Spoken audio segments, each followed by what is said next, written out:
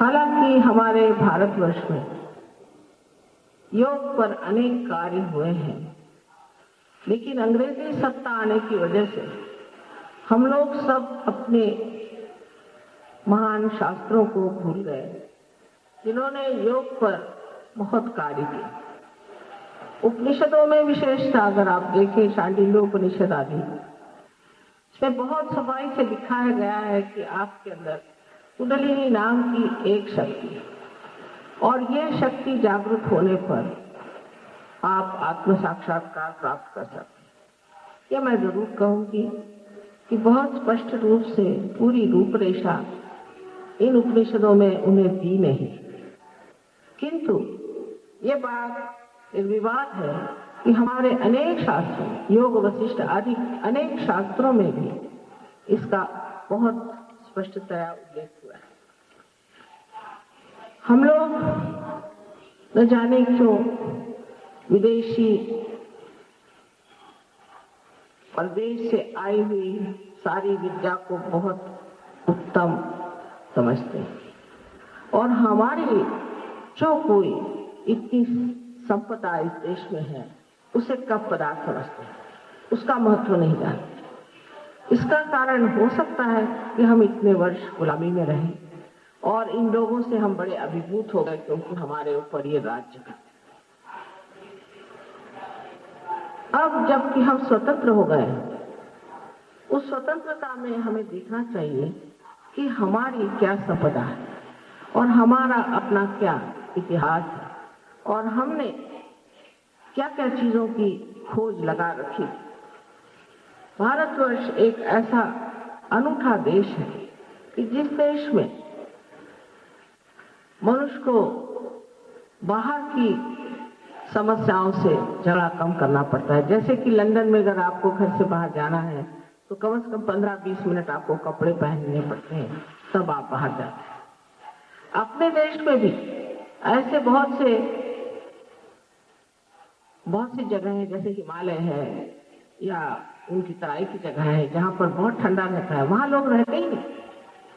लेकिन इन सब देशों में मैंने देखा है कि समस्याएं इतनी उनको निसर्ग से लड़ने की हर समय इतनी उन्हें तकलीफ देती रहती है कि वो उसी में पूरी तरह से लुटे रहते हैं। लेकिन भारतवर्ष में एक आबो हवा इतनी अच्छी, हम लोग खुलेआम बैठे। रशिया में भी ऐसे कोई खुलेआम बैठ नहीं सकते, कोई भी देश में आप खुलेआम जैसे बैठे कोई बैठ नहीं सकते। वहां तो जो हमारे लेक्चर्स होते थे तो उन्होंने कहा आपके लेक्चर में बहुत लोग आएंगे तो स्टेडियम के सिवा कोई जगह नहीं, स्टेडियम भी पूरा बंद। तो ये इस भारतवर्ष की जो विशेषता है कि ना तो यहाँ बहुत गर्मी ना ठंडक, और इस जगह हम लोगों को निसर्ग से लड़ना नहीं पड़ा।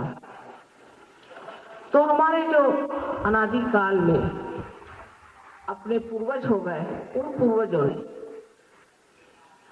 ये सोचा कि आखिर हम लोगों का जीवन जो रोज का है, रोजमर्रा हम जिस जीवन में इससे जा रहे हैं, इसका कोई ना कोई अर्थ है। और क्योंकि इस तरह की हमारी आबो हवा थी, लोगों ने जरूर अपना ध्यान अपनी ओर ज्यादा लगाया बनिस्बत इसके कि कहीं विदेशी देशों में हो सकता। उनको ये नहीं सोचना पड़ा कि हमें बाहर के निसर्ग के जो प्रश्न हैं उनका इस तरह से हल निकालना है। बस उन्हें ये पता था कि अब तो सब कुछ ठीक ही है, खाना पीना, जंगलों में भी जाइए तो भी आप जंगलों में रह सकते हैं, वहां फल फूल खा के रह सकते हैं। इस प्रकार की इस आबो हवा से भी हमें कहना चाहिए कि परमात्मा ने हमें एक विशेष रूप से ये देश का वरदान दिया। ये देश बहुत महान देश है और इस पे परमात्मा की विशेष कृपा है और इस कृपा के कारण ही अनादि काल से इस देश में लोगों ने ये पता लगाने की कोशिश की कि हम इस संसार में आए क्यों और हमारा जीवन किस लिए आया। परमेश्वर ने बनाया, उन्होंने हमें आज इंसान का क्यों स्वरूप, इस विचार से प्रेरित होकर के अनेक लोगों ने जंगलों में जाकर के ध्यान तपस्या वगैरह करके ये पता लगाया कि हमारा जीवन इसलिए बना है कि हम परमात्मा के साम्राज्य में जाएं। और उनका आनंद और उनका प्रेम उससे फलीभूत हो जाए।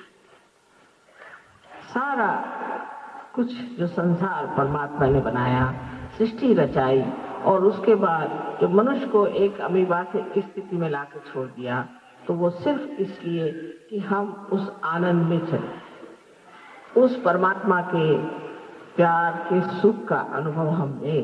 इसलिए परमात्मा ने ये सारी दुनिया बनाई। ये सभी ने गाया और सभी ने कहा।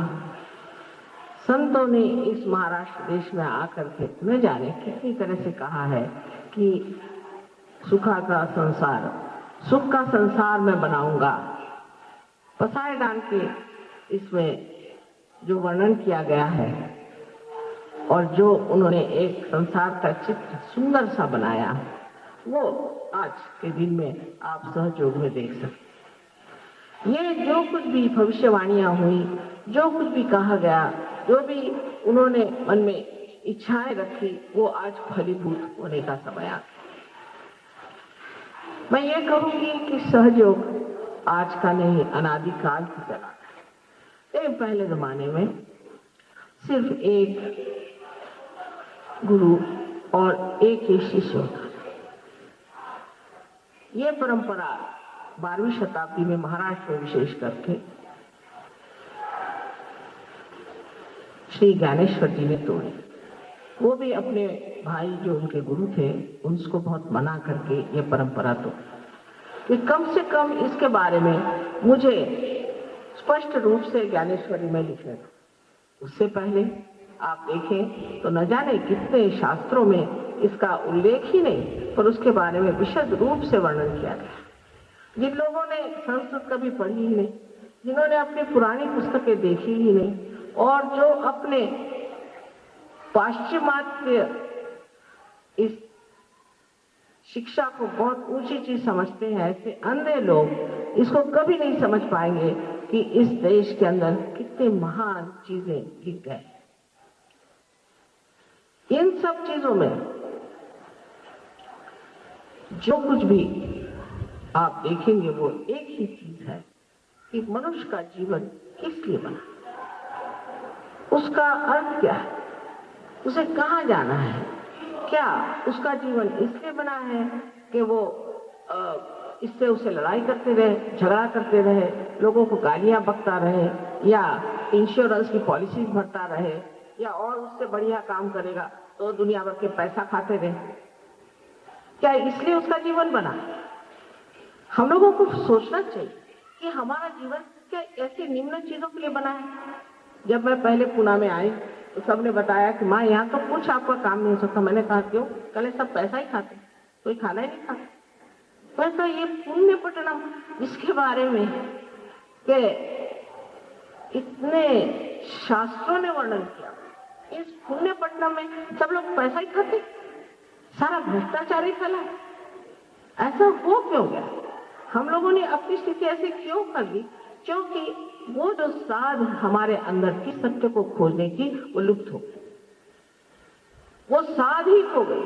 वो हम समझ ही नहीं पा रहे कि हमें सत्य को खोजना है। जब तक हमने सत्य को नहीं पाया तब तक हमें कभी भी समाधान नहीं मिल सकता।